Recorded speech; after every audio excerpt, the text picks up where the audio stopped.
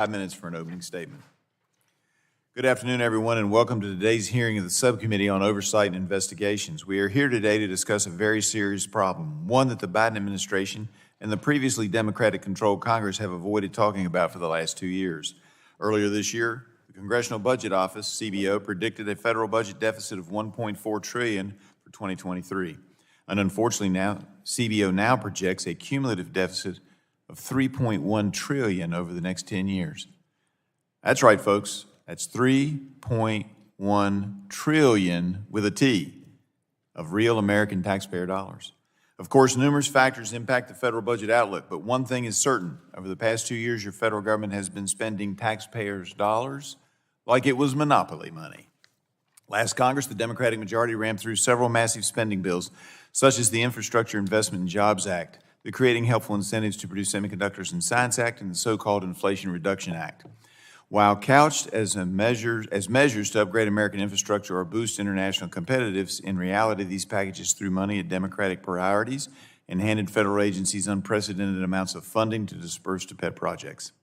While this is all extremely disturbing, this unrestrained spending must end. My majority colleagues on this committee and I sent letters to several federal agencies requesting a full accounting of their use of these taxpayer funds, only one of the first steps in our oversight efforts for this Congress.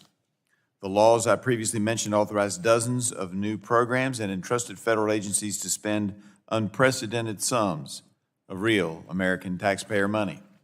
For example, according to the Department of Energy's Office of the Inspector General, after managing a fiscal year 2022 budget of $45.3 billion, the Department of Energy will now administer over $100 billion of appropriated real taxpayers' money and $336 billion in loan authorities over the coming years from the Infrastructure Investment and Jobs Act and the IRA alone. Exponential funding increases, expansion of previously troubled programs, and an explosion. Oh, my phone wants to talk to me. Or is that your phone? They're listening. Stay tuned for another hearing. For example, and $336 billion in loan authorities over the coming years from the Inflation Investment and Jobs Act and the IRA alone. Exponential funding increases, expansion of previously troubled programs, and an explosion of new ones certainly sound like a recipe for disaster. However, my Republican colleagues and I understand our constituents back home have sent us to Washington to protect their hard-earned American taxpayer dollars, and we intend to do just that. Today, we will hear from the heads of the agencies responsible for fighting fraud, waste, and abuse in federal programs. Our witnesses will help guide committee oversight efforts by highlighting important risk factors for mismanagement of federal funds and sharing lessons learned from their previous work. They will also share with us their upcoming plans for monitoring this massive spending tsunami. First, we welcome Inspector General Sean O'Donnell from the Environmental Protection Agency's Office of the Inspector General. Your office has noted that the EPA received, quote, the largest infrastructure appropriation in its history, end quote. So we are eager to hear more about challenges that accompany this rapid funding infusion. We are also joined by Inspector General Peggy Gustafson from the Department of Commerce's Office of the Inspector General. Last year, the CHIPS Act appropriated $50 billion for the Department of Commerce to spend on semiconductor programs. Additionally, the Infrastructure Investment and Jobs Act charged the National Telecommunications and Information Administration with distributing $48 billion in broadband funding. We look forward to your insights on these programs and your plans for conducting oversight during the 118th Congress. We also appreciate the opportunity to hear from the Department of Energy's Inspector General, Teri Donaldson. Over the past 2 years, the Department of Energy received billions of dollars across numerous offices to advance the Biden administration's clean energy agenda. The Department of Energy has boasted that it will stand up 60 new programs under the Infrastructure Investment Jobs Act alone. We understand this presents an enormous challenge for your offices, and we are eager to hear your plans for protecting the real American taxpayer money from fraud, waste, and abuse in the various federal programs. Finally, we welcome Mr. Mark Gaffigan from the Government Accountability Office. GAO has provided countless recommendations to Congress and federal agencies to improve the efficacy of federal programs. This experience will be extremely helpful in guiding our discussions today. Again, this hearing is only one step of many to hold this administration accountable for its spending practices. I also hope this hearing will inform us in our efforts to collaborate with other inspectors general, and these productive conversations with our witnesses and their offices will continue. We all have a daunting task ahead, protecting real American taxpayer dollars, not monopoly money. I yield back. I now recognize the gentlewoman from Florida, Ms. Castor, for her 5-minute opening statement. Well, thank you, Mr. Chairman, and thank you to our witnesses for being here. I want to start by expressing my appreciation for the Inspectors General, the GAO, all that you do to ensure that our agencies are implementing federal laws effectively and that they are allocating federal funds responsibly. The IG and GAO responsibilities are essential, and they help inform our oversight work here in the Congress. We're here today to review the implementation of 3 historic laws championed by congressional Democrats and President Biden: the Inflation Reduction Act, the Bipartisan Infrastructure Law, otherwise known as the Infrastructure Investment and Jobs Act, and the CHIPS and Science Act. These laws make vital investments in improving the lives of our neighbors, bringing good-paying jobs to our communities, putting money back into people's pockets, and ensuring that we live up to our moral obligation to provide clean air, clean water, and a healthy planet for our children to inherit. Back home in Tampa and St. Pete, my neighbors and small businesses are already benefiting from the critical new investments to provide safer streets, clean up polluted Superfund sites, reconnect communities, spur needed housing, and train workers to take advantage of all of the new opportunities. And this is just the start. As a longtime member of this committee and the former chair of the House Select Committee on the Climate Crisis, I am particularly proud of our work to address the escalating risks and costs driven by the climate crisis.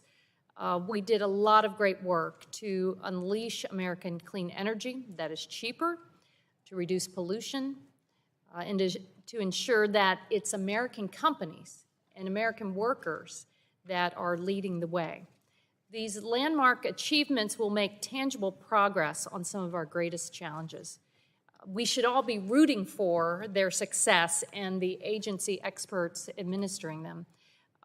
I regret that's not the tone from the majority. They have described these important programs as a frivolous spending spree, to which I remind everyone that the Inflation Reduction Act was paid for and actually will decrease the deficit by approximately $300 billion. Rather than helping our neighbors and all Americans benefit, some on the other side of the aisle seem to be hoping for the first minor misstep in order to declare these initiatives a failure. I understand that most of our Republican House colleagues voted against these landmark laws. By and large, they voted against capping the cost of insulin for Medicare beneficiaries. They voted against repairing crumbling roads and bridges and expanding broadband access to rural communities. They voted against initiatives that will make the U.S. more competitive and less dependent on Chinese and other foreign manufacturers. And Republicans voted against the oversight mechanisms that are built into these new laws, including additional funding for relevant offices of inspectors general. In fact, House Republicans are dedicating Congress's time this week to pass a bill that outright repeals major provisions of the Inflation Reduction Act, provisions that save our neighbors back home money at a time that they really need it. The Polluters Over People Act would roll back key clean energy investments and pave the way for polluters to rake in profits at the expense of the health of the American people. Nevertheless, I hope we can have a productive discussion today. Oversight is very important to the success of these vital initiatives, and attention to the planning stages will ensure that these landmark laws deliver as we intended. So I look forward to hearing from today's witnesses and the work ahead. Thank you, Mr. Chairman, and I yield back.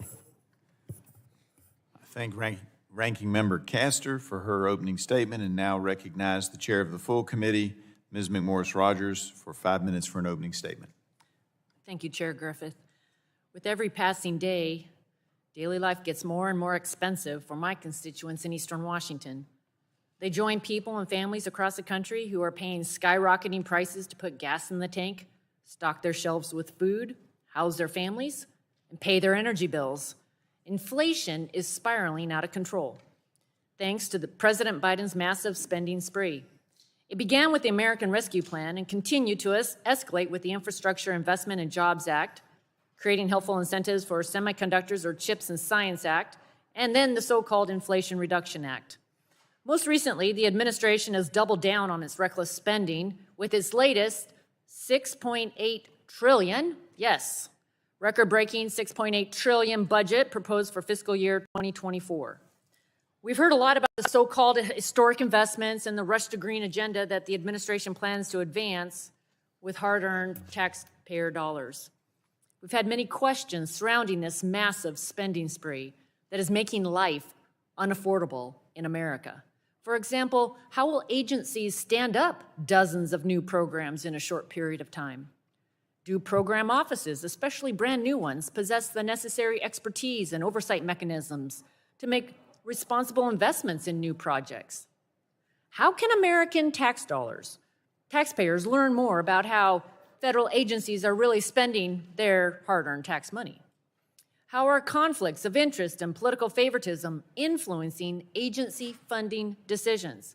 How will agencies address long-standing problems with programs that will now have more funding to hand out?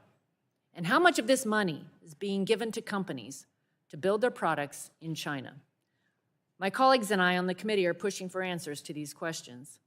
My constituents sent me to Congress to ask hard questions and to protect their hard-earned tax dollars. They're frustrated when looking at the federal government printing more and more money, doling out huge awards and incentives to preferred industries and favored political causes, all the while they struggle to make ends meet every day.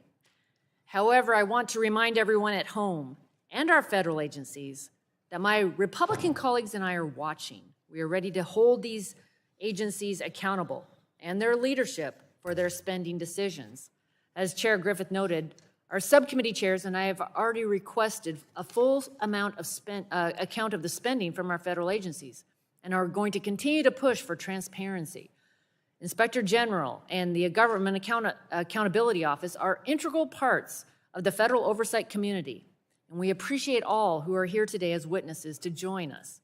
We look forward to your testimony regarding the most serious challenges facing federal agencies, programs most vulnerable to waste, fraud, and abuse, and lessons learned from previous failures that Congress and agencies can apply to future mismanagement of taxpayer dollars.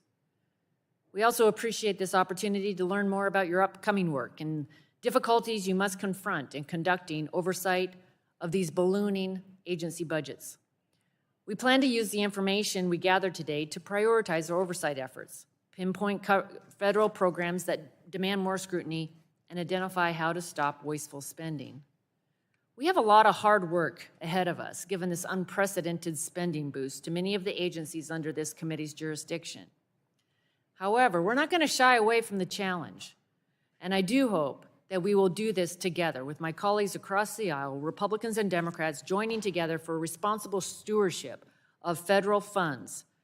As we are all duly elected members, representatives of the people, serving in the people's house, it is our Article I responsibility to conduct oversight so that the agencies within the federal government are responsive to those we serve. We cannot let the American people become irrelevant to a growing bureaucracy that recklessly prints and spends record amounts of money.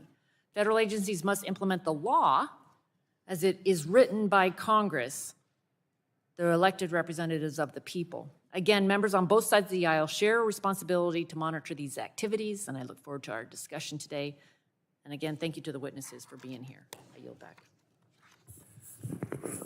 Thank you, Madam Chairman, for yielding back. Now recognize Ms. DeGette, the Congresswoman from Colorado, for 5 minutes for her opening statement. Thank you so much, Mr. Chairman. I'm subbing in today for the full committee ranking member who's on the floor on H.R. 1. And I'm glad that we have the opportunity to talk about these landmark bills that passed last Congress and the important work that the agencies are doing to implement them. In some of your testimony, Mr. Chairman, and some of the comments leading up to today's hearing, the word unprecedented was used to describe the scale of the programs and funding created through all these three programs, and I agree. These are unprecedented investments. And like Ms. Castor, I'm glad for that. These huge investments are necessary to take on the unprecedented challenges that our country faces, from climate change to healthcare costs to competition in global markets. Now, I know that the Democratic members in the Biden administration want to see these programs succeed because they're for the American people. And I also know that the agencies that are in charge of administering these programs take their obligations very seriously here. So far from a spending spree, these programs are generational investments, the opportunity to address deep inequities and the threats of unchecked climate change. The agencies know that they're not only the first line of attack against these issues, but also the first line of defense against waste, fraud, and abuse. So I don't want us to forget or to minimize the fact that there are people working hard at our federal agencies to ensure that every dollar from the legislation that we will discuss today is well spent. And the written testimony from all of the inspectors general here today focused very heavily on the risks of the program, and with good reason.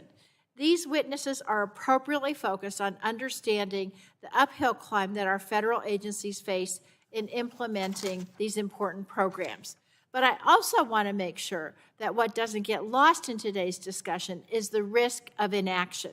We cannot allow the risk of imperfection in these programs to paralyze them as bridges crumble, as manufacturing lines stall for want of microchips, as the climate becomes increasingly hostile for our children and our grandchildren. We have to face those risks, and we have to do what can be done to mitigate them so that the programs developed and funded by the IRA, the IIJA, and the CHIPS and Science Act become true American success stories. We need to continue to work on this.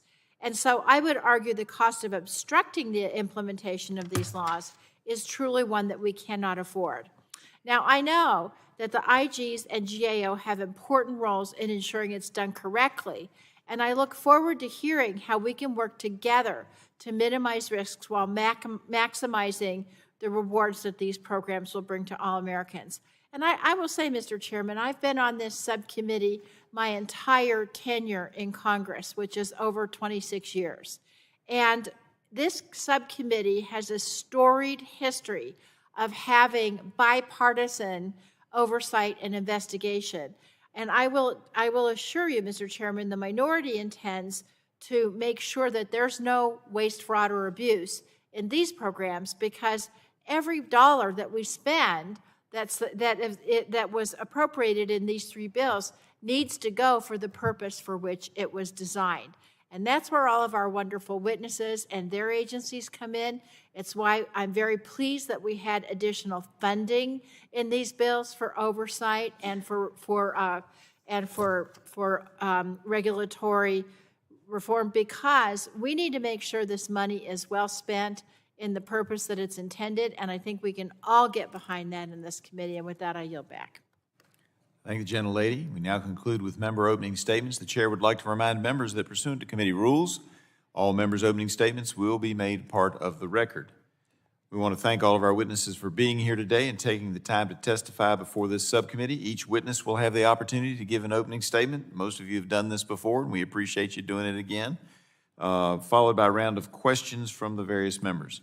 Our witnesses today are the Honorable Sean O'Donnell, Inspector General for the Environmental Protection Agency, Honorable Peggy Gustafson, Inspector General for the Department of Commerce, the Honorable Teri Donaldson, Inspector for the Department of Energy, Mark Gaffigan, Managing Director of the Government Accountability Office.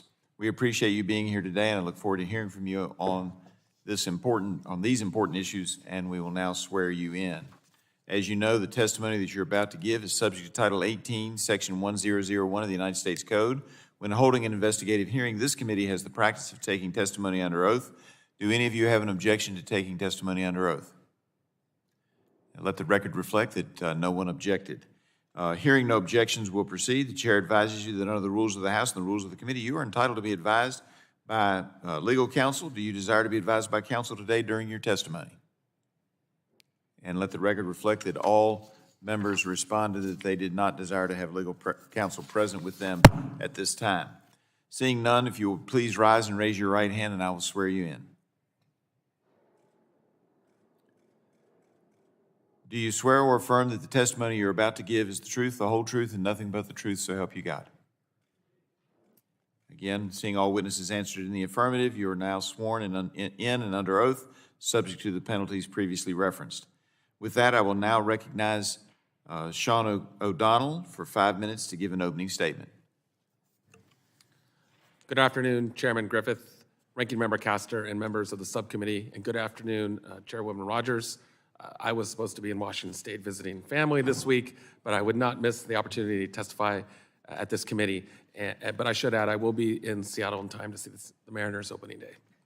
I am Sean O'Donnell, the Inspector General for the U.S. Environmental Protection Agency. Thank you for inviting me to testify about the importance of oversight of the Infrastructure Investment and Jobs Act and the Inflation Reduction Act.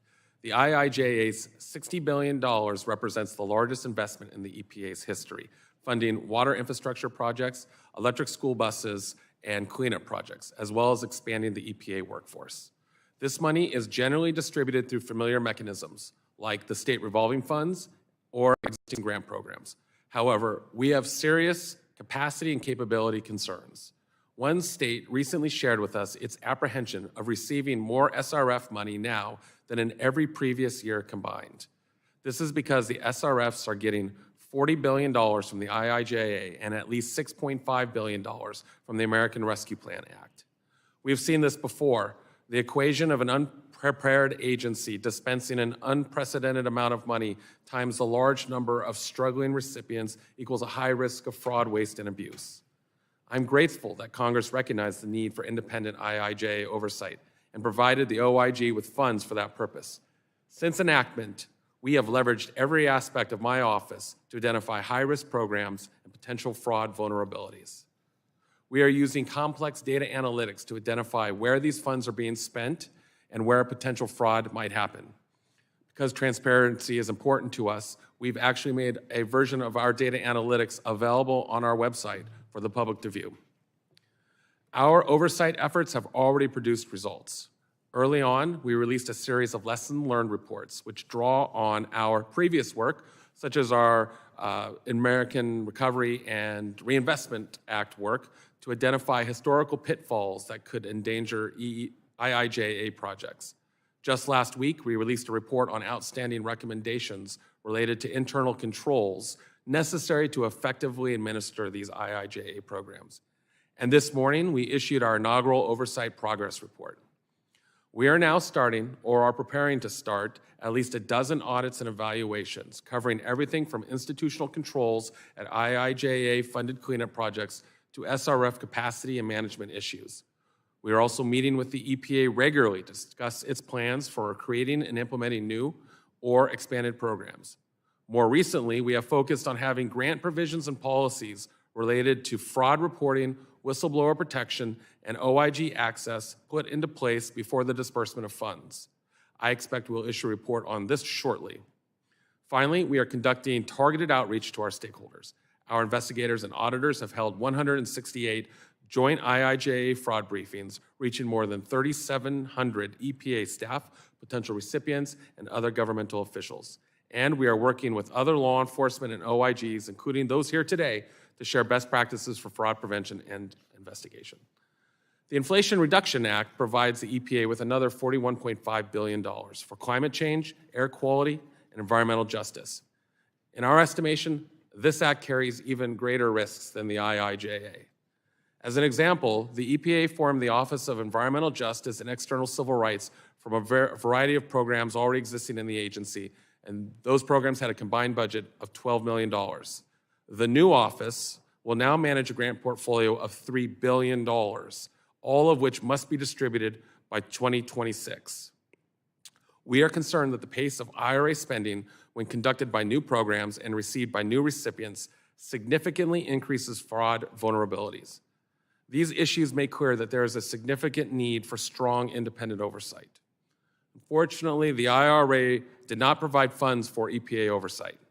When combined with a dozen years of stagnant or declining appropriations and increasing demands for our work, we simply lack the capacity to conduct proper oversight of this $41.5 billion of EPA spending. But I can tell you this, we are prepared today to start working. Just like with the IIJA, we have a plan and we are ready to execute.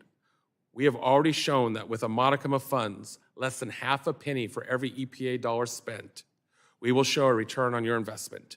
The EPA supports the need for this kind of independent oversight, as does Congress, as is shown with the IIJA. I want to thank you for this. I want to thank you for the support that you have provided to the EPA OIG, and I look forward to answering your questions.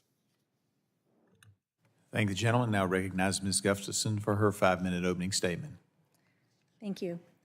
Chairman Griffith, Ranking Member Castor, Chairwoman Rogers, and members of the subcommittee, thank you very much for the invitation to appear today. I appreciate the opportunity to discuss the Office of Inspector General's strong oversight of Department of Commerce programs and initiatives. Today, I'll share lessons we've learned about the oversight of emerging programs. I'll also provide an overview of Commerce OIG's independent oversight of several high-profile areas, including the CHIPS and Science Act, the Infrastructure Investment and Jobs Act, or IIJA, pandemic relief funds, and cybersecurity. The diverse mission and reach of the Department of Commerce often put Commerce OIG at the forefront of developing plans and tactics for effective oversight of emerging programs. I'd like to take a few minutes to highlight some of what we've learned over the past few years. OIG's audit work continues to identify vulnerabilities in how the department manages contracts and grants. We've identified challenges related to maintaining the acquisitions and grants workforce, improving processes to award and monitor contracts and grants, and mitigating the increased risk of fraud, waste, and abuse that additional funding brings. Our prior work in this area provides a foundation for understanding the challenges the department will face in administering the CHIPS Act and IIJA. Likewise, my office's work in auditing and evaluating the First Responders Network Authority, or FirstNet, is instructive for understanding the risks associated with reliance on a contractor and the need for the government to recruit staff with the technical skills related to these programs. We have issued numerous reports that demonstrate the department's need to maintain continuous, stringent oversight and independence to ensure the objectives of the programs are achieved. Our findings and recommendations serve as lessons for the administration of future programs of a complex and technical nature, such as the CHIPS Act programs. The CHIPS and Science Act affirms the need for increased domestic production of semiconductors and is a top oversight priority for my office. The Act provided Commerce OIG with $25 million over 5 years to conduct oversight. We're grateful for the funding, and we are hiring additional audit and investigative staff to provide rigorous oversight of CHIPS Act's programs and expenditures. Similarly, IIJA introduced new funding and challenges for the department. Again, our office received $18 million for oversight of IIJA broadband programs, and we've issued the first in a series of semi-annual reports summarizing broadband program status. The first of our IIJA-related audits is also underway. This is an audit of the Tribal Broadband Connectivity Program to determine whether NTIA properly dispersed program funds and whether the funds are being used as intended. We also continue to provide oversight of the Department of Commerce's pandemic relief funds, which have increased the department's exposure to potential fraud. One of our top investigative priorities is to pursue fraud associated with the pandemic relief programs, and right now about 15% of our open investigations are pandemic-related. Another area the office remains focused on is the department's continuing efforts to improve its cybersecurity posture. The risks associated with cybersecurity weaknesses can have wide-ranging impacts. A May 2021 executive order directed the government to move towards zero-trust cybersecurity principles. This presents a challenge because the department must make this move while simultaneously addressing longstanding cybersecurity weaknesses. Before closing, I'd like to say just a few words about our staff at the Department of Commerce OIG. We are confident in our ability to succeed in these critical oversight missions you have entrusted to us. In recent years, we've brought about a massive transformation, improving our audit processes, our HR functions, our information systems, and we've rebuilt our Office of Investigations. With these improvements, our recruiting is the best it's ever been. We attract highly skilled and experienced candidates, we hire them quickly, and we retain them. I'm proud of the work that this office does and the progress we've made. I'm extremely grateful for Congress's continued support of offices of Inspector General, and I look forward to the work ahead of us as we provide independent oversight to help the department meet its mission and support Congress in its legislative oversight roles. Again, thank you very much for the invitation. I'm looking forward to taking your questions. Thank you. And now recognize Ms. Donaldson for her 5-minute opening statement. Thank you. Good afternoon. Chairman Griffith, Ranking Member Castor, and members of the subcommittee. Thank you for inviting me to testify today on the oversight risks associated with the Department of Energy's implementation of recent legislation. There are actually 4 pieces of recent legislation that have recently expanded the department's mission and budget exponentially, so I'll speak briefly about all 4 of those. The first is, of course, the Infrastructure Investment and Jobs Act, which appropriated $62 billion to the Department of Energy. The Inflation Reduction Act, another $35 billion. The CHIPS Act, another $30.5 billion in authorizations. And the Consolidated Appropriations Act of 2023, moving $1 billion to the Puerto Rico Energy Resilience Fund. To put these numbers in perspective, the Department of Energy's fiscal year 2022 budget was $44.3 billion. So from approximately $44 billion, with the passage of these 4 acts, there is now $478 billion within the purview of the Department of Energy. And the department is moving swiftly to make these funds available. The department has already made nearly $45 billion available through funding opportunity announcements and has awarded or selected to negotiate another $13 billion. For fiscal year 24, the department is currently estimating a consolidated obligation under the new legislation to be approximately $30.4 billion. In the interest of time, I will discuss, since I have 5 minutes, 5 causes of risks, more general causes of risks. And these are the same causes that if you look back over the last 10 years in multiple federal programs, you'll see these same characteristics. They repeat themselves, unfortunately, over time. Number 1, implementing new programs. The chair mentioned the programs under IIJA. The grand total of new programs, when you roll in the IRA for the Department of Energy, is 71 brand new programs. Number 2, fast-moving money. We've talked about that one already. Number 3, a large amount of money going to states, local governments, and tribes. Number 4, a lack of adequate funding for the department's oversight efforts. And number 5, a lack of adequate funding for my office. Back to number 1, we discussed the new programs. There are 71 of them. New programs raise immediate concerns such as acquiring and training expert staff and developing and, most importantly, testing your internal controls. I'm going to skip fast money since we've covered that. Item 3, when money moves in large quantities to states, local governments, and tribes. It is not yet clear whether these entities are equipped with sufficient staffing, are adequately trained, or have adequate control systems in place to protect these funds. Many of these entities suffered substantial fraud losses of the pandemic-related funds due to inadequate local oversight budgets. Next, the Department of Energy's oversight funding. Only a small amount of funding was included for administrative costs in the IIJA, arguably more flexibility in IRA. And the concern here is that administrative cost is a very large category that typically includes the bulk of the funds being used to move the money out. Oversight is a small amount of administrative costs. So if you start with a low number for administrative costs, what the number is for oversight will be substantially less than that. I turn now to item 5, which is the lack of funding for my office, the Office of the Inspector General. Prior to the passing of the 4 pieces of legislation, my office was already significantly underfunded. To further exacerbate the historic underfunding issue, my office received only $62 million under IIJA and only $20 million under IRA to oversee those programs for up to 10 years to come. We received nothing in the other two pieces of legislation. As a result, my office faces an immediate funding shortfall of over $300 million as even a first installment for my office to conduct appropriate oversight. So without additional funding, we will be stretched so thin that critical pre-existing areas will not receive appropriate OIG oversight. These areas include research security, grant fraud, environmental cleanup, and nuclear stockpile stewardship, to name just a few. I have been working with both Congress and OMB to correct my office's funding shortfall. The President's fiscal year 2024 budget includes $165.2 million for my office, which, if enacted, would leave a shortfall of $16.8 million in my base budget, but over $300 million in the budget that I would need to begin robust oversight efforts in connection with the new bills.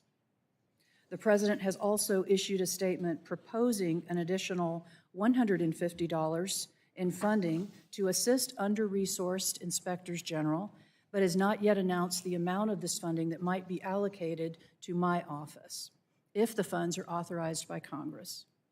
I greatly appreciate these efforts to begin to address this problem, but more needs to be done. I turn now to the topic of the oversight efforts my office has already undertaken with respect to the recent legislation. We started by providing pertinent historic reports to the department, summarizing our own previous work in a series of 4 capstone reports. We have also initiated hundreds and hundreds of fraud awareness briefings.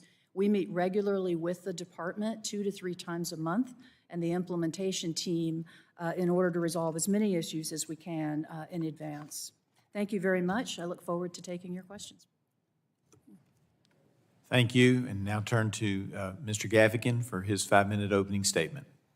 Thank you, Chairman Griffith, Ranking Member Castor, members of the subcommittee. Appreciate the opportunity to be here to discuss oversight of these 3 acts and GEO's views on that subject. First off, these 3 acts combined provide over $1.7 trillion in taxes and tax incentives and spending. And that's a significant amount. It includes important issues at Commerce, DOE, and EPA to address broadband, energy, water infrastructure. Collectively, between those 3 agencies, is $300 billion. To put some of that in perspective, collectively, the annual budget for all 3 of those agencies is $150 billion. So this does present huge challenges for the agencies to effectively implement these programs, for Congress to conduct its oversight, and for the oversight community to assist in that. I want to talk about 3 things that GEO will try to do in helping with this oversight. First, talk about our overall oversight for these 3 acts. Second, talk about lessons we've learned from the Recovery Act and grants management in the past. And thirdly, talk about particular recs at these 3 agencies that are relevant to the funding that they're receiving under those 3 acts. First, in terms of GEO oversight, for IRA, we have 8 ongoing and 24 planned jobs looking at things like energy and Justice 40. For IIJA, we have 17 ongoing and 36 planned jobs looking at things including broadband, energy, and the environment. And under the CHIPS Act, we have an annual mandate to report every 2 years on the semiconductor work. And we'll continue to follow up on our recent work outlining the federal role in that area. Secondly, what broad lessons have we learned in the past looking at this type of funding?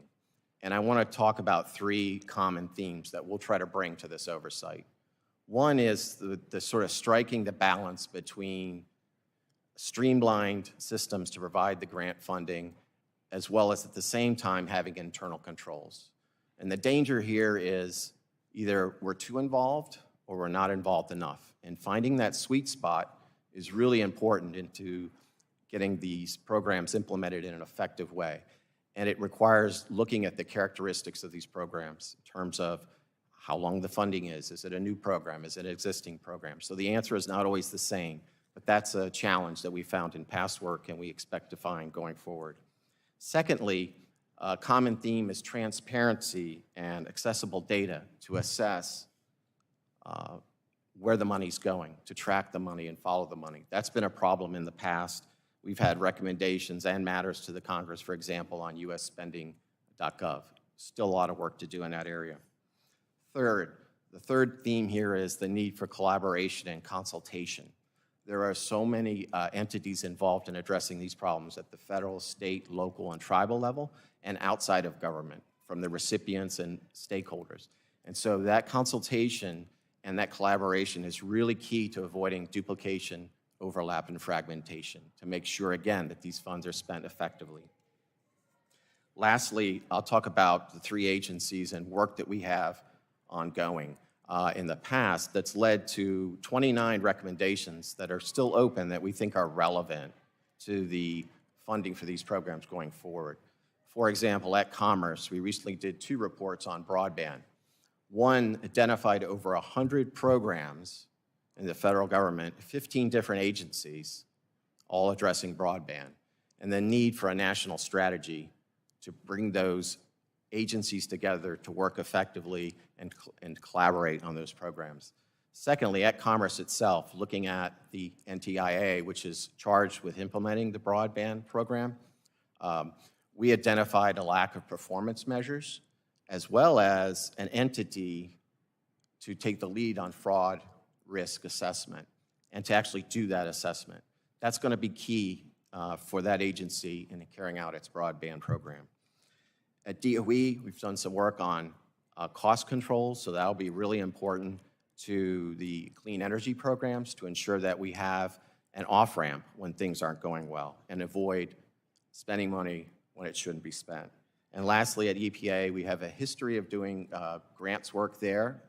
Typically, almost half their budget is through grants. They have a lot of experience in doing that, but we've made recommendations in the past about increasing their expertise and the workforce capacity. And with this huge increase, we want to relook at those and make sure that the recommendations we made in the past are still going strong. So that sums up our statement, and I look forward to working with you and our colleagues in the oversight community to exercise oversight over these important programs. Thank you very much. Thank you, Mr. Gaffigan. Thank you all for your testimony. We will now move into the question and answer portion of the hearing. I will begin questioning by recognizing myself for 5 minutes. So, Mr. Gaffigan, I didn't hear you say you needed more staff to handle all this money. Some of the others said that. Is that something that you also would need as a result of these 3 and 4 large new spending items? That would be very helpful. We did receive $25 million under the IIJA and $5 million under IRA, or one or the other. That'll help some, but we need auditors. So when I started here in 1987, we had 5,100 FTEs and went all the way down to 3,000. Congress has been very supportive in getting us back. We're hoping to get to 3,500 FTEs this year, but we really need analysts to cover the things, because since 1987, the work has not gotten easier and the programs have not gotten smaller. Thank you. I appreciate that. Ms. Donaldson, you indicated that you had a $300 million shortfall, and the way I heard that, and you correct me if I'm wrong, what I heard was that that's $300 million even if we adopted the president's budget with an extra 165 for your agency and $150 million spread across all the IG agencies. Did I understand that correctly? Mike? Sorry, yeah. Yeah, we would back out of that number whatever amount of the $150 million might become available to my shop. That number, though, of $300 million does not include the loan portfolio, which is a huge portfolio, which is why I characterize it as the first installment. Right. Of what we will really need in the end. And going forward, what you're saying is you think that Congress should put ample amounts for Inspector General's offices into any significant spending increase. Is that correct? Yes, Mr. Chairman. All Well right. said. Now, you brought up the loan program, and I've been keeping an eye on the DOE's loan program for years. With all this new money, has your office had any discussions with DOE leadership about, since this report and all has come out, regarding the major risk areas that your office has identified? We have. We meet 2 or 3 times a month, and the Loan Program Office has actually made 2 presentations to the Office of General Counsel staff. We're not allowed to consult or advise. That would impinge upon our independence. But we do ask a lot of questions. So, and they've already been in the queue twice with us. I hope as you're asking those questions, you'll ask if they have safeguards to make sure that we don't end up with another Solyndra problem, because in that case, they didn't follow the off-ramp that Mr. Gaffigan, there was one built into the code, and DOE didn't follow the off-ramp, and as a result, it cost the taxpayers additional money. I understand there's always a risk when you do a new program, but in this case, as you'll recall, they defaulted in December of 10 and didn't bankrupt until after we'd given them some, I want to say 110 million more, it might have been 125, but somewhere in that neighborhood, million more money. So are you not advising, but asking them if they're prepared to make sure that if they get something bad, that they cut their losses as quickly as possible? Yes, that issue has come up, Mr. Chairman. I'm glad it has. I'm particularly concerned about your office's finding in the special report that actions by the Loan Program Office officials potentially violated standards of ethical conduct and could call into question the office's integrity. Do you know about what I'm talking about? This is the,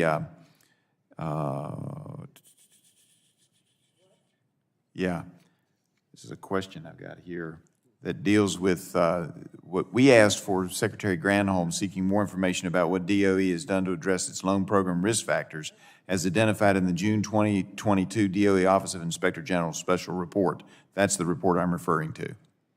That's correct, Mr. Chairman. That report was a capstone report, so we pulled from previous work, some of which was even accomplished during the Solyndra era. That report was not a comment on the current loan program office. They are staffing up, working very hard, hiring outside consultants. They are rebuilding that office. So they are dealing with what you all identified previously as some potential ethical problems. Correct, Mr. Chairman. All right, I appreciate this. And I assume you're going to continue to monitor all of this Yes. as you move forward. Yes, sir. All right, I appreciate that too. Data collection, monitoring project to collect and analyze oversight information from 5 DOE programs. I'm pleased to see that you all are doing that, including that loan program, because I have been very concerned about that. Yes, okay? sir. I do appreciate your time here this morning, or this afternoon, and I will now yield back and recognize Ranking Member Castor for her 5 minutes of questions. Well, thank you, Mr. Chairman. Thank you all again for being here. It is vitally important that we ensure that these very significant investments actually deliver for the American people, and you all are key to doing that. That's why we included in these new laws funding increases for the IGs, criteria to maintain program integrity, and GAO studies to inform policy. I heard a couple of different scenarios from you. Ms. Gustafson said you're confident in your abilities now, recruiting is the best it's been, but Ms. Donaldson kind of painted a different picture. I hear you loud and clear. Mr. O'Donnell, how about your shop? Thank you for asking. We were fortunate to receive support. Thank you. We were fortunate enough to receive support under the IIJA, and as I said, we moved out immediately. We've hired auditors, evaluators. Our evaluators tend to be technical and investigators. But we have been suffering for more than a decade under flat or declining budgets. And if I can put it into real terms, terms that I think are a little stark, is 12 years ago, we were funded for 365 full-time equivalents, and now we're down to 270. This is our base budget. What I've talked about today is getting funds for coverage of the IRA. And I think that the proposal that we've talked about is a modicum of support, taking part of what was given less than half a penny to the agency to help fund us to ramp up oversight. And I know the agency has supported us in this proposal as well. So that's, we hear a similar song from the EPA Administrator, Michael Regan, about hiring at the Environmental Protection Agency. So let the call go out to talented young people across this country right now. Your country needs you to help tackle these problems, tackle the climate crisis, unleash American clean energy, rebuild our roads and bridges, our water systems. So I hope, I say this because there are young people in the audience today, and I hope I hope they will help spread the word. There are enormous opportunities to serve your country in this way. Mr. O'Donnell, you highlighted right off the bat, you are concerned about the Clean Water Revolving Loan Fund. Very significant investments in cleaning up waterways and water systems across the country. Coming from the state of Florida, you know, the list is so long of projects that we need to protect water everywhere, to update wastewater systems and water systems. So it concerns me that you're highlighting that right off the bat as an area of concern. I'm concerned that the state of Florida doesn't have the cops on the beat at the state level. Meanwhile, our local communities are ready, willing, and able with their engineering partners to get to work on this. What else do we need to know about the Clean Water Revolving Loan Fund and your interactions with the agency and what else you're going to be doing there? Thank you for asking, and we share your concern. For the first time in 15 years, we're starting to review the financial statements of the state revolving funds to ensure that they are healthy. We're also looking at how they're handling things like single audits of their recipients and their subrecipients. And I have actually made a concerted effort to go out to the different states to meet with the administrators of the SRFs to hear from them. Have you been to Florida?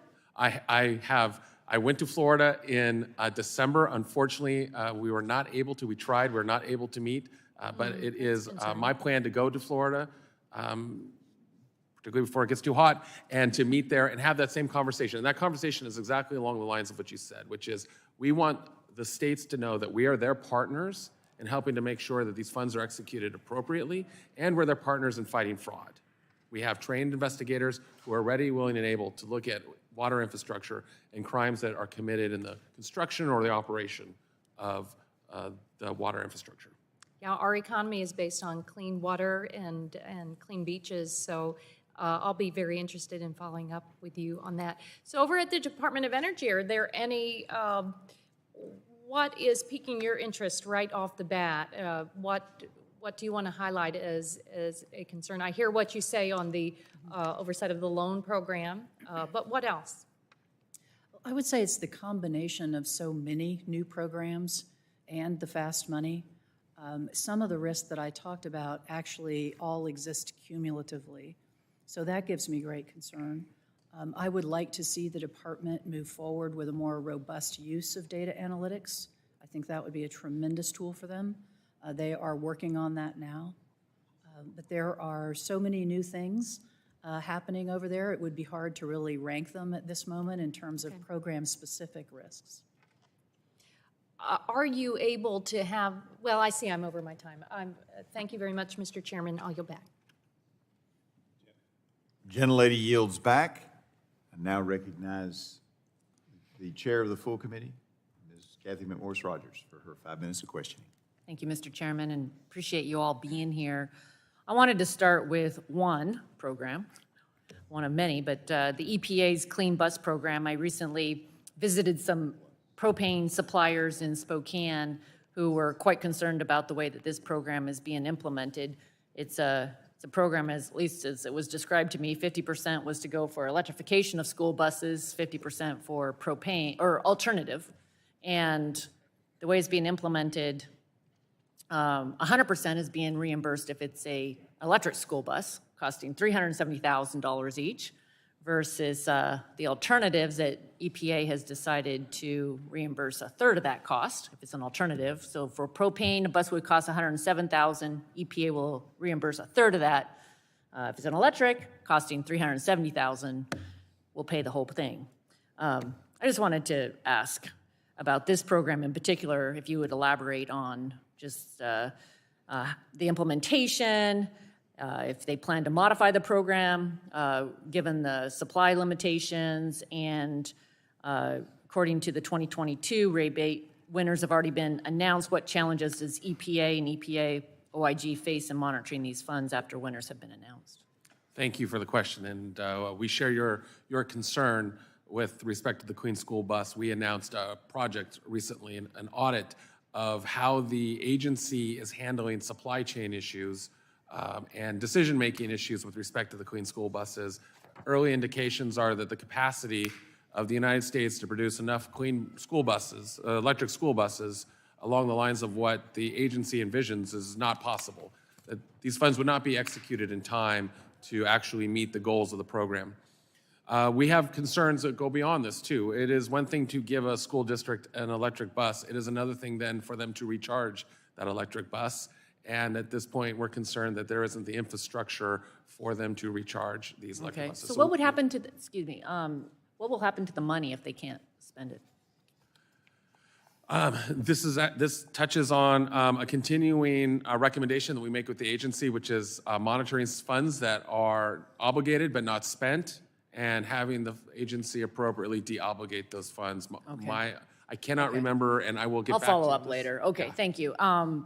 Ms. Donaldson, Department of Energy, we had sent, Chairs Griffith, Duncan, and I had sent a letter to DOE asking for some accounting of some funds and major spending laws, some of which we've discussed today, and I was disappointed with the response. Probably shouldn't be surprised, but it was incomplete. We got it last night, but it's a pattern over the last 2 years. The department has not been cooperating with us. For me, it's unacceptable. And one of the things they pointed to was usaspending.gov, that's where I should go to get the spending, I guess, of the Department of Energy. You mentioned data analytics that they're developing. Would you speak to the timeline of these data analytics and They have not described a timeline. I think they are, and I don't mean to speak for them, they would be the better witness to answer this question. I don't know that they have sufficient funding or staff dedicated to this mission yet. I think they recognize the power of the tool, but they are in early days in terms of designing an effective data analytics program. Okay, thank you. Well, and I was in Congress when the Recovery Act was passed, the ARRA, and I remember they set up this whole website, and they had congressional districts that didn't exist that were getting funded, and we're talking, I don't know how many times the money now, 7, 8 times the money.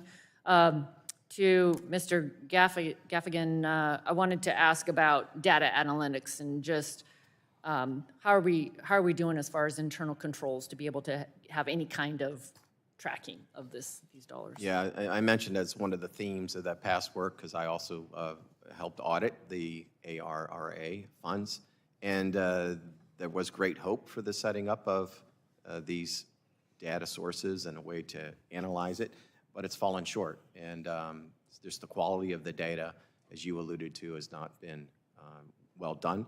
And we've had some recommendations to OMB and Treasury to try to work on that, and also matters to Congress to try and improve that situation. Well, would you speak to what you believe can be done, either at an agency level or federal government-wide, to increase some kind of accountability? Well, we talked about clarifying OMB and Treasury's responsibilities. We have also recently testified 10 different matters for Congress to try and improve federal spending information, and included having the IGs do some of the checking of these reports. Okay. I have a lot more questions, but my time has expired. I'll yield back. Thank the gentlelady. Now recognize former chair of this subcommittee, Diana DeGette, for her 5 minutes of questions. Thank you very much, Mr. Chairman.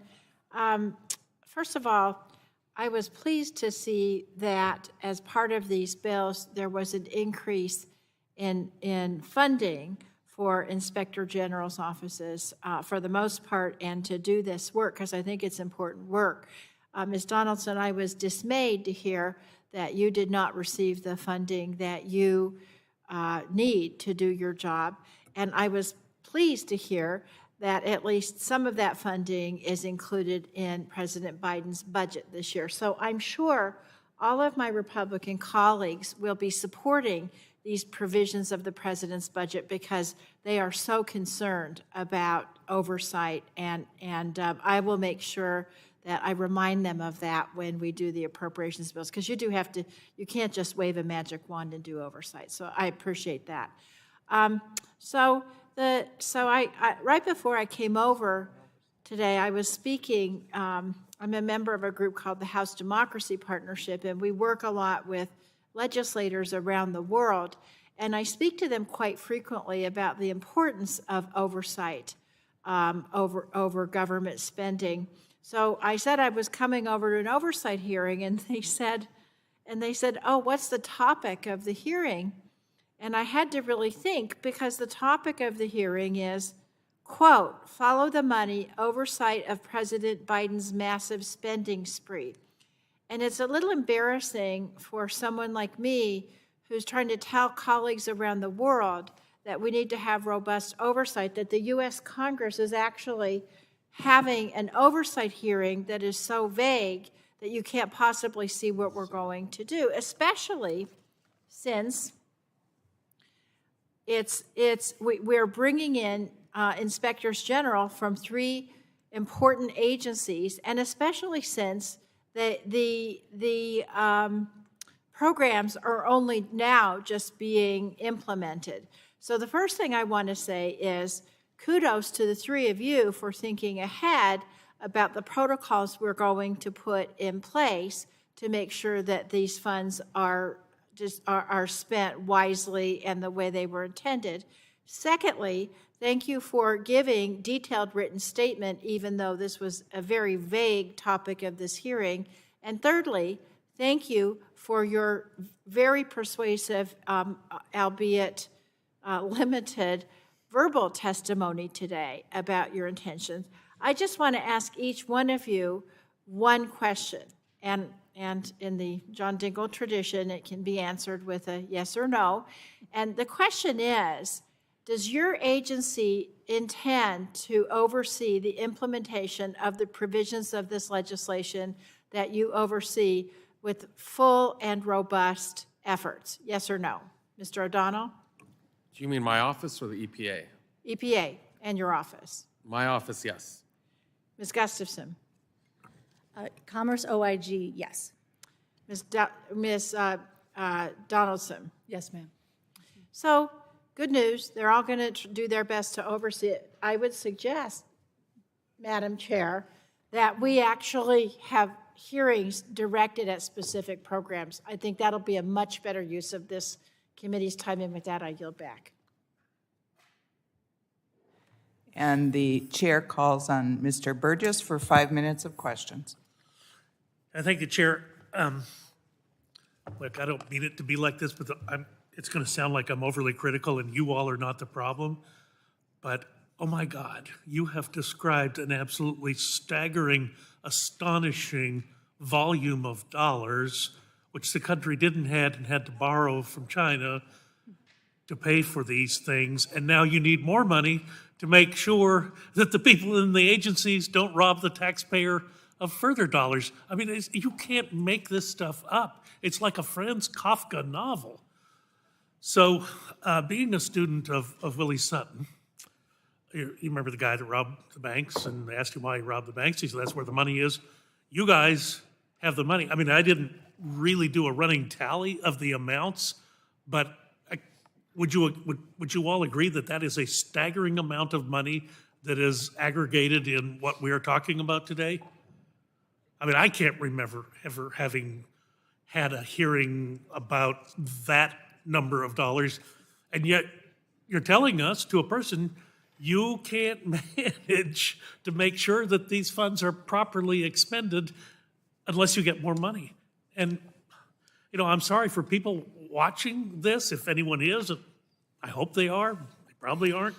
But for anyone watching this, they're not going to understand. You could not run a business that way. You could not just go into debt indefinitely. Your share value would be zero by the end of the day, and you'd be as broke as cryptocurrency. So, again, this is going to sound critical. I don't mean for it to, but am I correct in the statement that this staggering amount of money that we're talking about today is likely money that had to be borrowed from somewhere? Mr. O'Donnell, I'll start with you. That's not my expertise, but I wanted to just make one point here with respect to the funding for my agency and for the others, is independent audit, whether it's a corporation or the government, is an essential function of that sort of three lines of defense and making sure that money is spent well and in compliance. And what we're saying here today is not to give us new money, but to actually use the money that's already been given to pay for that independent audit so we can make sure that third line of defense is there. Sure, that was part of the CFO Act from the 1990s in the George Herbert Walker Bush administration when they were trying to get control over this. But unfortunately, every dollar that we're talking about is going to be borrowed. And what has happened to the interest rate in the 2.5 years of the Biden administration? It's gone through the roof. So, you know, I apologize if I sound, and I'm not frustrated with you, but having spent part of the morning in a budget hearing and seeing all the charts and graphs that literally go off the top, I don't see how it's sustainable what the Democrats have put us into. Mr. O'Donnell, let me just ask you too, because I think I saw in your written statement the comment that these funds will remain available until expended. Is that correct? For the IIJA, that is, for most of those, that's true, though, and I believe if you look at them in terms of the state revolving funds, those funds will revolve back, and so they will, in some sense, perpetuate. Yes, perpetuate, thank you. That is the word I was looking for, and I couldn't find. So all of the dollars that you are talking about also are compounded by the fact that interest will have to be paid on those dollars. And again, as we heard this morning in another budget hearing, we are very quickly on the road where we're going to be spending more money, mandatory spending, on the interest payments than we spend on defense of the United States, which again is an untenable situation in a very dangerous world. Mr. Gaffigan, let me just ask you this, because my office is on the west side of this building, and I look out over the expanse of the Hubert Humphrey building. And for the last 3 years, I swear there has not been a soul in that building. Is it expensive to maintain a federal building that is not occupied? There's a lot of work on sort of real property and trying to minimize footprints, and I know with the pandemic, that's created a whole new set of questions for agencies in terms of whether they need to reduce their footprint. I would say it's been pretty effectively reduced for the last 3 years. There's a little daycare center that I can see from my window, and there hasn't been a child playing in the daycare center since March of 2020. It's an expensive proposition, and it's one that really at some point we're going to have to get our hands around. Ms. Donaldson, this committee came to fame with the investigations over the cylinder funding, with which you are very familiar. What do you think about the DOE Loan Authority? Is that going to continue to be a risky program where there's the continued risk for dollars going where they weren't supposed to? I think they're staffing up and working very hard right now, and the future will tell. I actually wasn't the Inspector General during Solyndra, so I've reviewed the reports, and you know a lot more about Solyndra than I do, I would hazard a guess. Yeah, Mr. Griffith rose to fame on those investigations. Look, these are serious problems, and I don't mean to make light of them. I do appreciate your efforts because I think they're extremely important. It's just extremely frustrating to me that someone talked about the next generation of Americans. We have burdened them with an untenable amount of debt, and unfortunately, they're the ones who are going to have to pay it. I thank you. I'll yield back.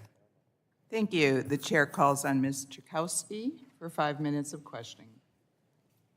Thank you so much. For decades, companies have outsourced the manufacturing of, oh, sorry. Let's start over. I've got time. So for decades, companies have outsourced the manufacturing of advanced semiconductors. And these chips are needed to produce what we need to manufacture here in the United States, which is, of course, our big goal right now, to make sure that we have the supply chain. The Chips and Science Act will, what is this? Oh, okay. Anyway, the Chips and Science Act is exactly what I think that we need. And in fact, in my state of Illinois, just yesterday, Illinois Governor J.B. Pritzker announced a new initiative called Innovate Illinois. And this public-private partnership will bring together stakeholders in the state legislature and in business and maximize the impact of federal fundings that is coming. And so I wanted to ask Ms. Gustafson. No, is that right? I say it right? Good. Okay. I know that as the CHIPS Act is being implemented, that your office is going to play a vital role in making sure that we oversee how it evolves. And so my question to you is, how are you preparing the Commerce Office of Inspector General, all the staff, to be able to perform the oversight that we need, the efficiency that we need, and make sure that it really works? Thank you for that question. As I mentioned in my opening statement, my office is extraordinarily, very grateful that we did receive dedicated funding for oversight of the CHIPS and Science Act. We received $25 million over 5 years. So what we are able to do and what we are in the midst of doing is hiring new folks with technical expertise, because I think one of the biggest challenges for something like the CHIPS Act is that it's an extremely technical activity, building semiconductor chips that maybe the government, most parts of the government don't have the technical expertise in. So one of the things that we have undertaken, that we have emphasized as well to the department, is that it's important that the department understand as the bids start coming in, not the bids, apologies, as the requests for the funding start coming in, it's really important that the Department of Commerce and the Office of Inspector General have the technical expertise to oversee these programs. So we are staffing up in that arena. We are also, CHIPS, of course, is very new. The Notice of Funding Opportunity was just released at the end of last month. The applications are not yet in. It's expected to be an iterative process. But just like Ms. Donaldson had mentioned, we are in constant communication with the department, hearing what they are doing, being kept abreast of their activities, and emphasizing to them their important role in overseeing this program, and how there's a lot of us out there looking for oversight staff right now, including the departments. And so, I'm sure. Let me just ask you this. What are some of the best practices that the Department of Commerce could do to make sure that they communicate with prospective grant recipients and do it in the best way?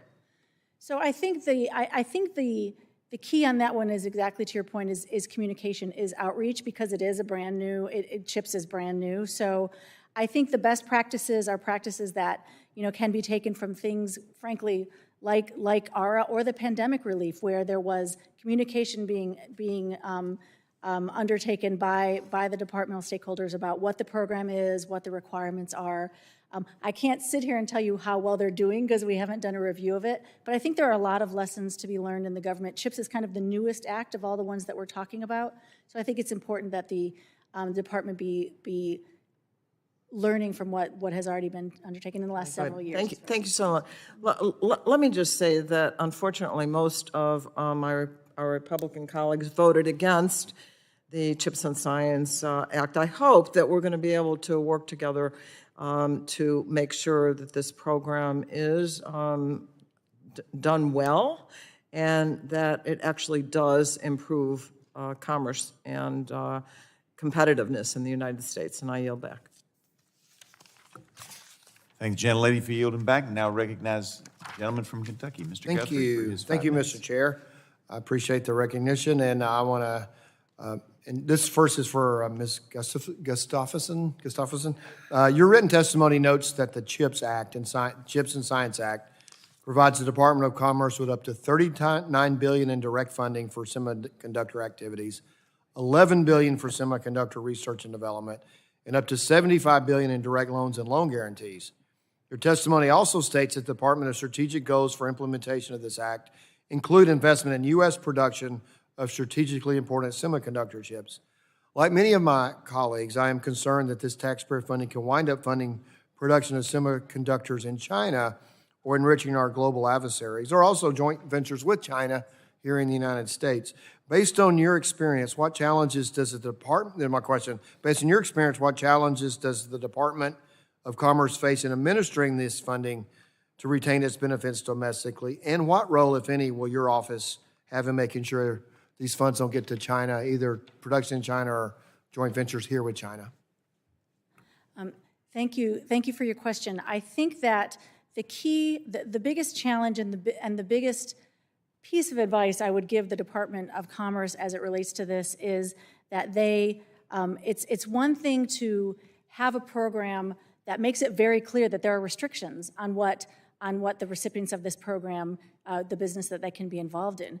And to your point, the key is going to be enforcement and whether the department is taking that role seriously. And to that end, I would note that the statute takes great pains, and I don't mean that in a painful way, I mean has made it very clear that there are guardrails in place to protect against some of that. What is going to be incumbent, and I think that what is crucial but is too early to tell, is whether that oversight at the department level happens and whether the actions that are provided to the Secretary of Commerce for taking action in those instances, whether those happen. And I would note, I'm sure you're aware of this, that we would be looking at this anyway, but certainly with the statutory mandate for the Department of Commerce Inspector General very specifically says that Congress wants to know about that and within a certain amount of time. So we are certainly absolutely going to do that. So. Okay, thank you. I appreciate that. So, Ms. Donaldson, according to the Department of Energy's website, the new Grid Deployment Office will be responsible for implementing many of the Infrastructure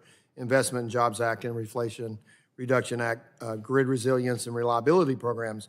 Do you have any concerns about how this new office will handle programs addressing such an important issue and involving so much money so soon after its creation? And have you been part of any conversations with the Department of Energy leadership regarding how this office will coordinate with and avoid duplication with other offices with such missions such as Office of Electricity, Office of Cybersecurity, and so forth? Yes, we have had a conversation covering aspects of the Grid Deployment Office. It's, again, been one of those subjects that we've teed up during our meetings every 2 to 3 weeks.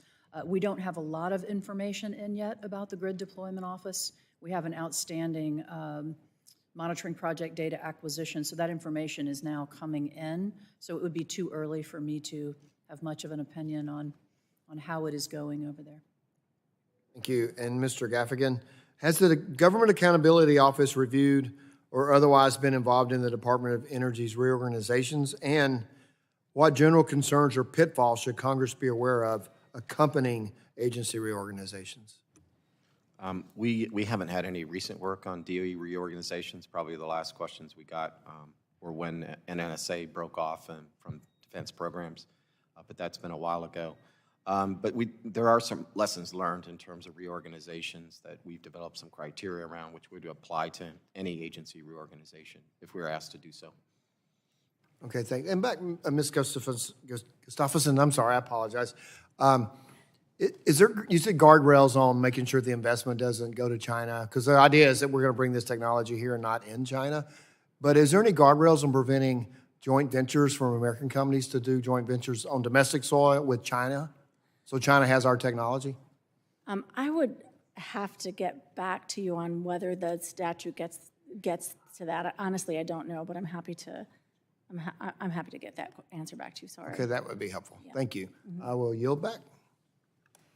Gentleman yields back. Now recognize Mr. Tonko for his 5 minutes of question. Thank you, Mr. Chair. It's clear our country is called upon to meet the challenges of an innovation economy, to win a global race in that innovation economy.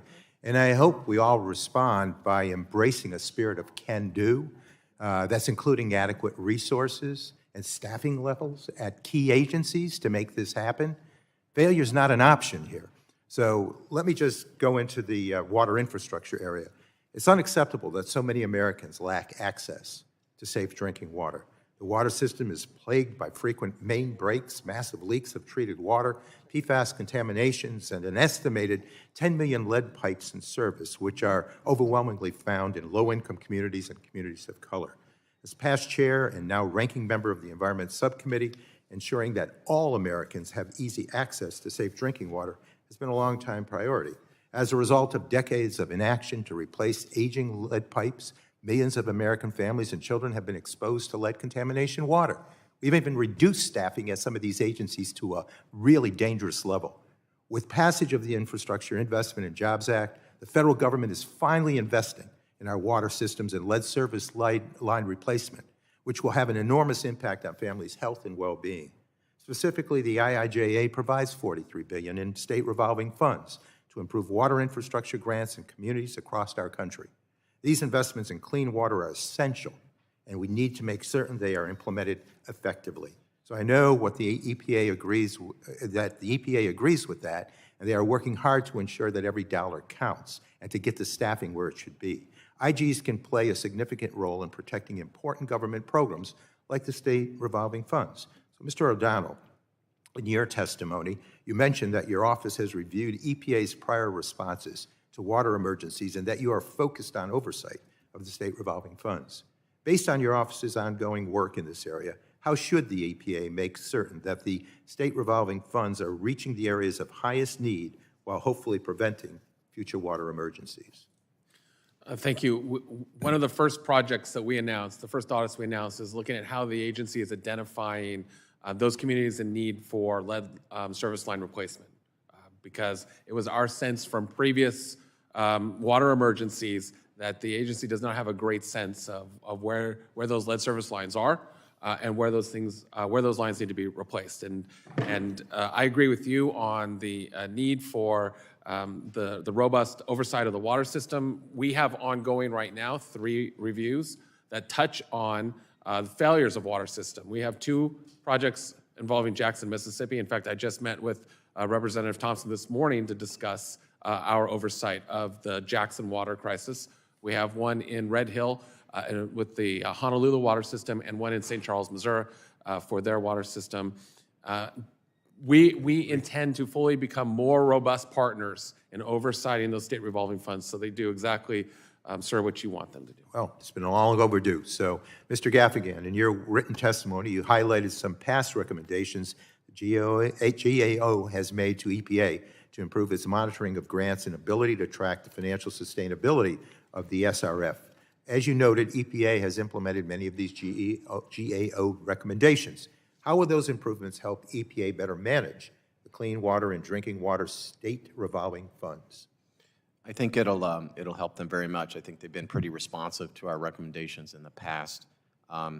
They have, for example, I think one sort of outstanding recommendation around financial indicators, but it allows them to have a better sense of the sustainability of these funds by implementing these recs. And I'll also mention that we have some ongoing work looking at the formula for some of these funds, which hasn't been looked at in a long time. And what else does EPA need to do to ensure that this increased investment has the greatest impact on the communities that need it the most?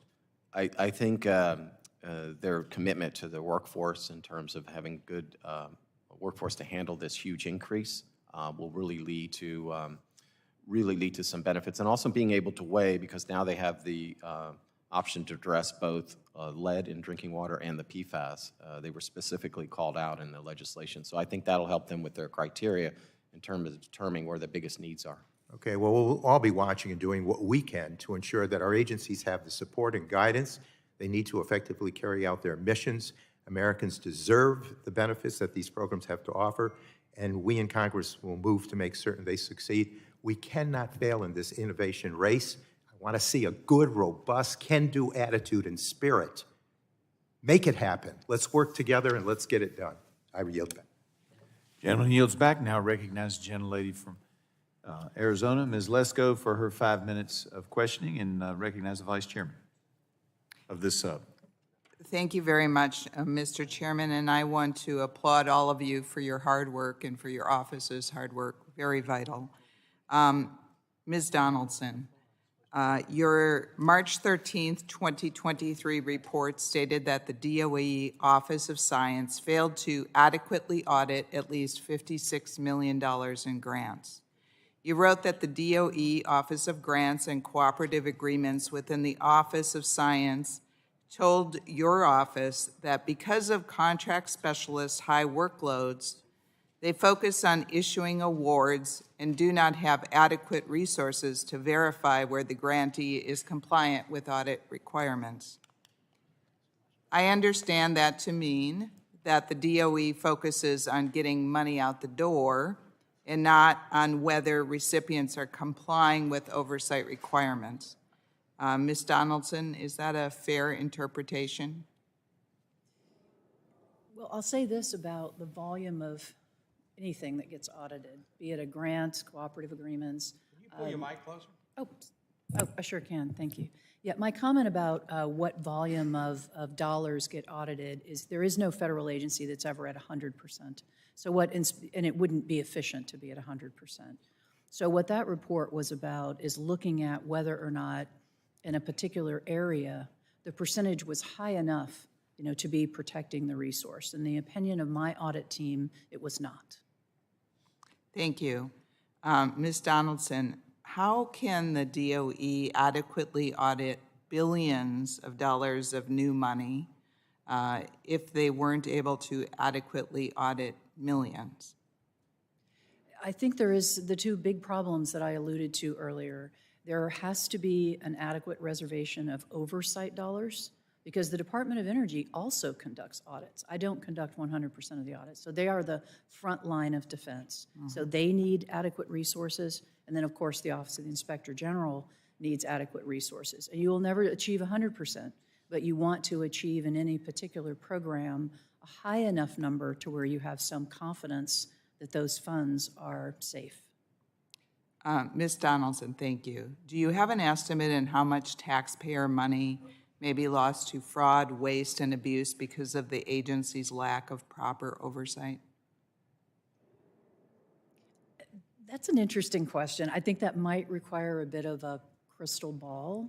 I will comment on the general topic of oversight dollars and recovering money.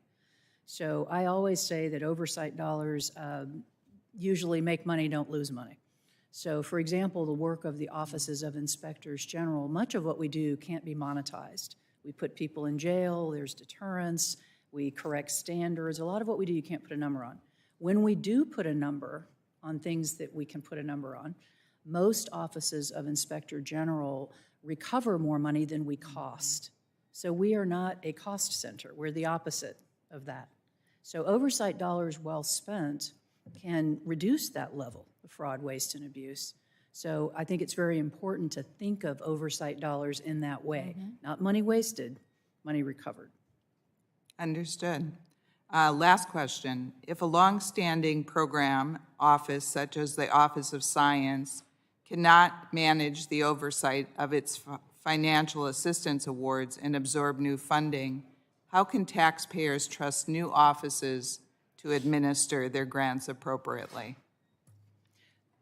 That's another tough one. I think you have to look at those same issues. There has to be the resources, that level of audit, inspector general audits coming behind it. All of those things have to happen so that you have some assurance that those funds are going where Congress intended them to go. Well, let's hope that we get proper oversight and that we give the oversight offices enough money to do their jobs, because I am very concerned that if we can't do proper oversight on millions of dollars, how are we going to do it on billions of dollars of all these new programs? And with that, I yield back. I thank the gentlelady. Now recognize the gentleman from California, Dr. Ruiz, for his 5 minutes. Thank you, Chair Griffith. Our nation faces numerous challenges, whether it be climate change, the ongoing drought in the West, or our nation's crumbling infrastructure. In the last 2 years, Congress faced these challenges head-on with bold investments like the Bipartisan Infrastructure Bill, the CHIPS and Science Act, and the Inflation Reduction Act. I supported these bills because my district has suffered from underinvestment for years, and I am focused on bringing federal resources to promote equity and help those in most need. Today, I want to focus on one particular way that we delivered for the American people last Congress, and that's through broadband. There are tremendous disparities across the country when it comes to broadband access. In my district alone, in Imperial County, one of the most impoverished, under-resourced counties in the state of California, 15% of households go without broadband internet subscription. According to the FCC, about 21% of people living on tribal lands and 17% of people living in rural areas lack access to broadband. The bipartisan infrastructure bill provided $65 billion to ensure that every American has high-speed internet. $48 billion of this funding is dedicated to closing the digital divide by bringing affordable and reliable high-speed internet to underserved communities. This includes the Tribal Broadband Connectivity Program, which received $2 billion in additional funding. From the 23 projects funded in 2022 from this program, more than 40,000 Native American households will be connected to the internet, and over 1,000 new jobs will be created in 15 states. Ms. Gustafson, as you shared in your written testimony, your office is creating specialized broadband audit teams.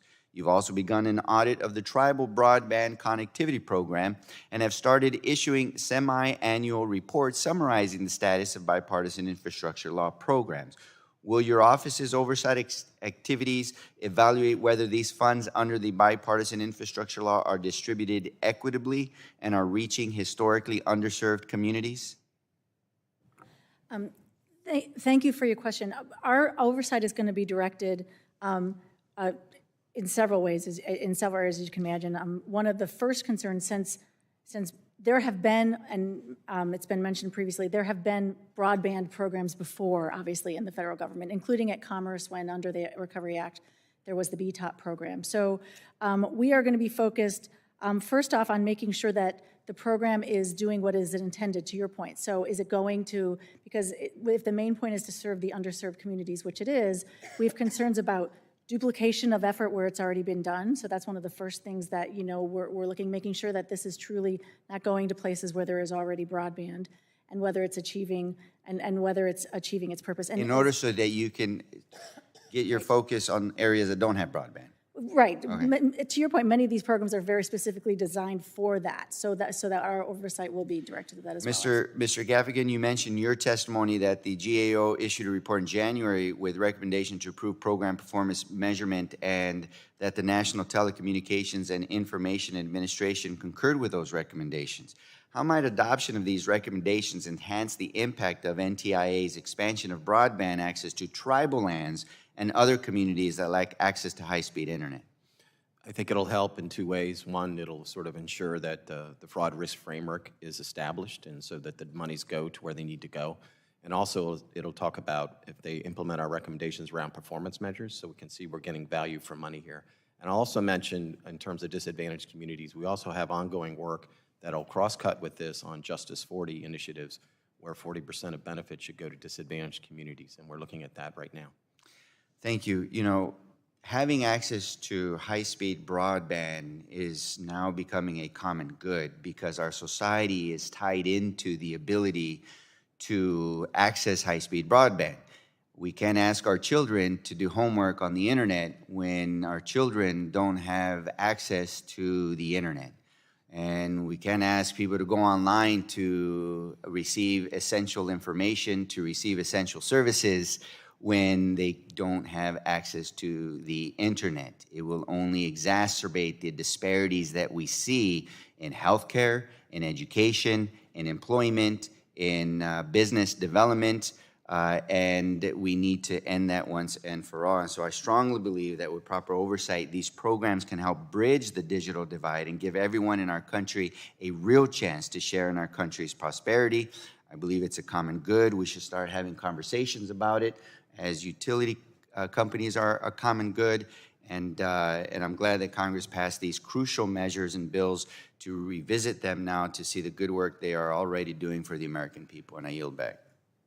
Thank the gentleman for yielding back. Now recognize Mr. Duncan for his 5 minutes. Thank you, Mr. Chairman. And, this has been in the news, so it's no surprise to anyone, but Congress and the administration are in the process of negotiating raising the nation's debt ceiling. And what that means is the nation has maxed out its credit card, and we've got to go back to the banks and ask them to increase the credit limit. Most banks would ask us to come up with some sort of business plan or model of reforms to show we're going to actually rein in our spending, get a hold of our spending addiction, and show them a plan of repaying the debt. That's what banks do for private businesses that ask for a credit line increase for their business, or us as individuals as we go and get home equity lines and other things. So the nation is $31 trillion plus in debt. That meter's running every day. So, General Donaldson, according to the Department of Energy, the misnamed Inflation Reduction Act authorizes it to administer $8.8 billion in rebates for home energy efficiency and electrification projects. The department's Home Efficient Rebate Program will award grants to state energy offices to provide rebates for energy-saving retrofits and housing structures. Additionally, the department plans to issue grants to states and tribal entities for home electrification and appliance rebates program. In your experience, what concerns should Congress be aware of regarding the rebate programs generally? In general, And you can aim that microphone a little closer, that works. in general, rebate programs are in fact risky. There's a tremendous volume of recipients. It can be difficult to have them properly identified. They could be people who are already deceased. Rebate programs are difficult. Grant programs raise some of those same issues. So it's really important, I think, that you combine two things: well thought out internal controls and the use of data analytics, because the volume of rebates moving through some of these programs is going to be staggering.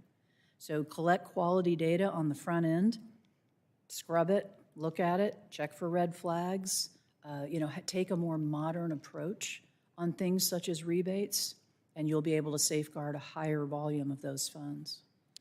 So these grants are given to the state energy offices, and what sort of oversight is there from the federal level of those programs? Because it seems to me like we're just giving the money to the states, allow them to run the programs, and there's not a lot of federal oversight. There is some concern. I co-chair the group of inspectors general managing IIJA funds. One of our subgroups is state, local, tribal inspectors general. My shop also staffs that group, so we've had a lot of conversations with them. And there is a lot of concern that it is not clear what amount of funds they can use for oversight. They are understaffed. Many of the same things we've been talking about here today can be even worse at a state, local, or tribal level. So when the federal government, before the federal government transfers large amounts of money in bulk, it has to ensure that the state, local government, or tribe is ready to receive it and can administer it appropriately, or the losses will only continue to domino outward. Right. When I hear understaffing, I think that federal government created a problem of understaffing because you gave them all this money and required them to do certain things, and states want to give out the money, I get that, but we've created the problem by our funding, and now there's going to have to be increases at the state level or even the federal level to increase the amount of personnel, which means government just continues to grow and the dominoes keep falling. This would apply to the Weatherization Assistance Program. That program received $3.5 billion from the Infrastructure Investment and Jobs Act, according to the White House. Do the concerns you highlighted in this special report in your testimony still persist regarding this program? That's another program where they're staffing up. They have the benefit of our prior recommendations because that was a pre-existing program at the department. So the future will tell whether or not those funds land where Congress intended. Yeah, so we're just through the infrastructure bill, through the misnamed Inflation Reduction Act, we're just growing government and requiring more staffing as government grows to administer programs where the money is given to the state with very little accountability, very little oversight to the state, that the programs will actually work to do the things that the misnamed bills hope to do. So thanks for your clarity on that, Mr. Chairman. I yield back the balance. Thank the gentleman for yielding back, and now recognize the gentlelady from Florida, Ms. Kamick, for her 5 minutes of questioning. Well, thank you, Mr. Chairman. I guess we all got the memo on the blue blazers and black shirts today. Mr. Chairman, where'd you go wrong? I'm a little off today. And some would say today is not an exception. Well, I appreciate the chairman for hosting this very, very important oversight hearing, and thank you to the witnesses for being here. I'm going to start with you, Inspector General Gustafson. The Infrastructure Investment and Jobs Act established the Broadband Equity Access and Deployment Program, under which the National Telecommunications and Information Administration, NTIA, will distribute $42.45 billion in broadband infrastructure funding to states and certain territories. This program is structured as one big block grant to states, and then the states are responsible for awarding the funds to the entity that will be deploying the broadband in different parts of the state.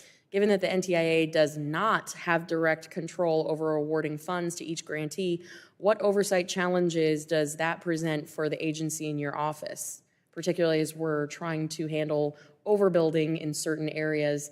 Wow, this is a big one. Right. Take it away. So there is no question that we believe that Commerce and Commerce OIG, that our responsibility does not, to your point, end at the block grant level. I mean, we are keenly aware that after the grants are going to be sent to the states based on the FCC maps, the funds are still supposed to be used. They don't lose their intended purpose. They're supposed to be used for that. And it is I will say it is a tremendous challenge in that all of a sudden you aren't talking about the conversations that we can have with NTIA. You're talking about innumerable state and local entities for a staff of 2 teams, and even our total staff is under 200. So there are absolute challenges. What we have communicated to the department is that we want them, we want to be part of the outreach that is happening